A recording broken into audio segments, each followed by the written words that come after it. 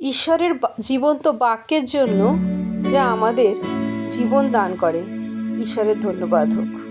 পবিত্র বাইবেল লুকলিখিত সুসমাচার 5 অধ্যায় 32 পদে প্রভু যীশু বলেন, আমি ধার্মিক দিগকে নয় কিন্তু পাপী দিগকে ডাকিতে আসিয়াছি, যেন তাহারা মন ফিরায়।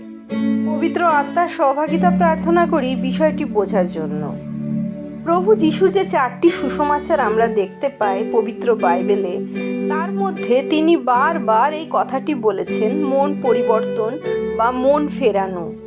আমরা সবসময় এইরকম ভেবে থাকি বা মনে করে থাকি যে মন পরিবর্তন বা ইংরেজিতে যাকে বলা হয় রিপেন্টেন্স, কথাটার অর্থ হয়তো ক্ষমা চাওয়া। যদি আমরা কারোর বিরুদ্ধে কোনো অন্যায় করি তার কাছে গিয়ে ক্ষমা চাই, অথবা ঈশ্বরের বিরুদ্ধে বা আমরা নিজেরা যদি কোনো মিথ্যে কথা বলি, পাপ করি, তার কাছে ক্ষমা চাই, তাহলে হয়তো আমাদের মন পরিবর্তন যে বিষয়টি প্রভু যীশু বলছেন, যে আজ্ঞা তিনি পাপীদের দিচ্ছেন, তা হয়তো পূর্ণ হবে। কিন্তু ক্ষমা চাওয়া বা ক্ষমা প্রার্থনা যাই বলি না কেন, তার সাথে মন পরিবর্তন অথবা মন ফিরানোর সামান্য পার্থক্য আছে।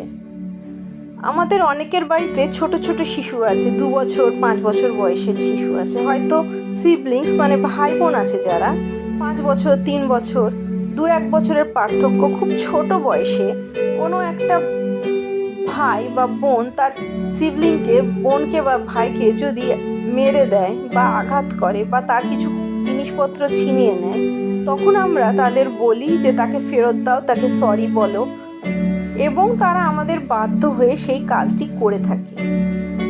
এই ঘটনাটি ঘটার কিছুক্ষণের মধ্যেই আবার তাদের দুজনের মধ্যে আমরা দেখি ঝামেলা শুরু হয়ে গেছে, কান্নাকাটি শুরু হয়ে গেছে। দুটো বাচ্চা থাকলে যা বাড়িতে হয়, হয়তো দেখা যায় আবার সেই একই বাচ্চা, যে বাচ্চাটা একটু বেশি দুষ্টুমি করে তার দোষ, অথবা অন্য বাচ্চাটির দোষ।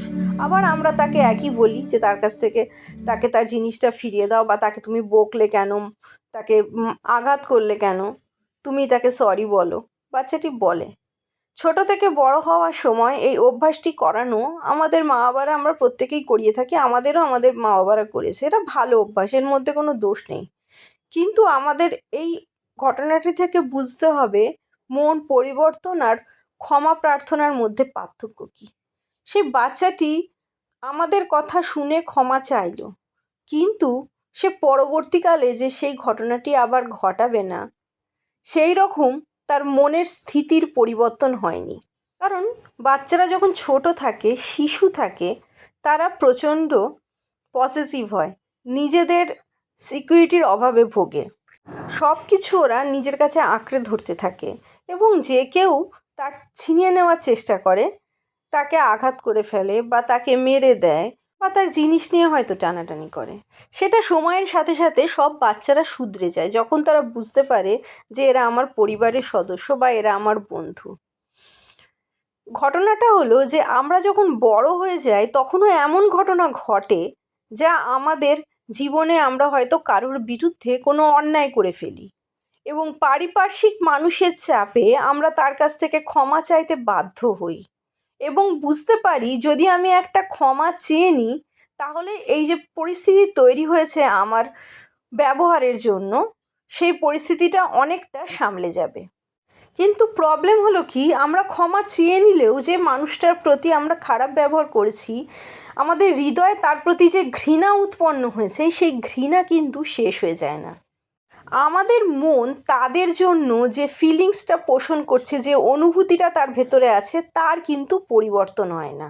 এই পরিস্থিতিতে আমরা হয়তো ক্ষমা চেয়ে নিলাম, ক্ষমা প্রার্থনা করলাম, কিন্তু মন পরিবর্তন করলাম না।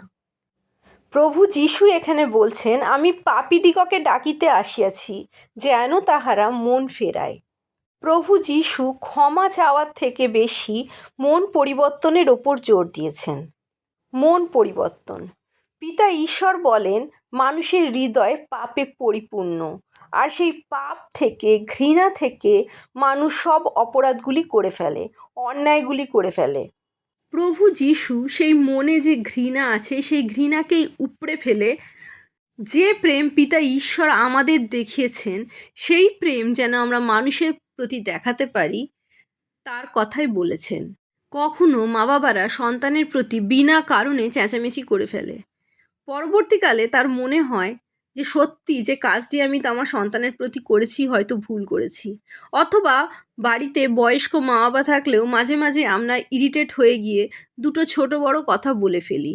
কিন্তু সেই একই অনুশোচনা আমাদের পরে হয় যে আমরা যে ব্যবহারটা হয়তো করছি বড়দের সাথে বা আমাদের ছোটদের সাথে, আমাদের নিজেদের কাছের আপন মানুষগুলোর সাথে, স্বামী বা স্ত্রীর সাথে, কখনো কখনো সেই ব্যবহারগুলো পরবর্তীকালে যখন আমাদের মেজাজ ঠিক হয়ে যায় অথবা যখন আমরা বুঝতে পারি আমার ব্যবহারে সে আঘাত পেয়েছে, তার দুঃখটা যখন আমরা চোখে দেখতে পাই, তখন আমাদের হৃদয়ে একটা অনুতাপের সৃষ্টি হয়।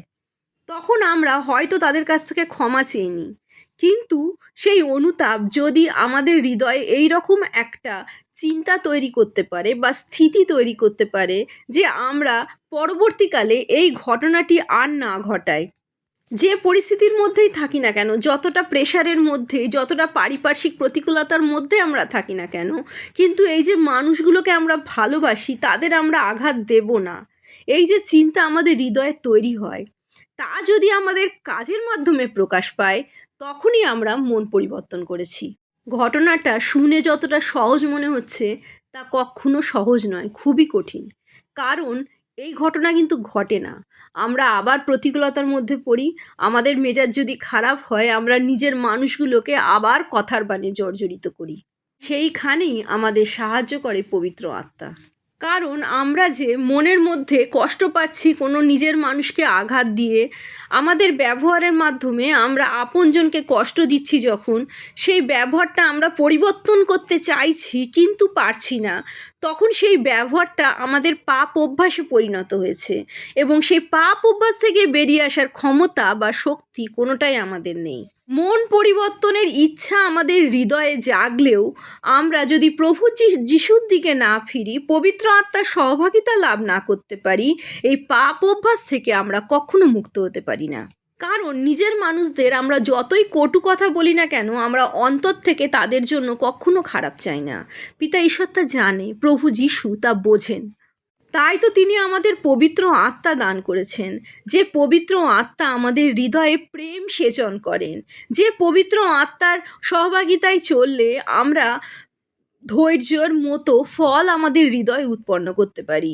প্রেম আমাদের ব্যবহারে প্রকাশ পায়, আমাদের সেলফ কন্ট্রোল তৈরি হয়, আমরা বুঝতে পারি যে সেই রকম পরিস্থিতি যখন তৈরি হচ্ছে আমরা নিজেদের সেখান থেকে কন্ট্রোল করে বার করে আনতে পারি, যাতে কাছের মানুষগুলো আমাদের ব্যবহারে দুঃখ না পায়।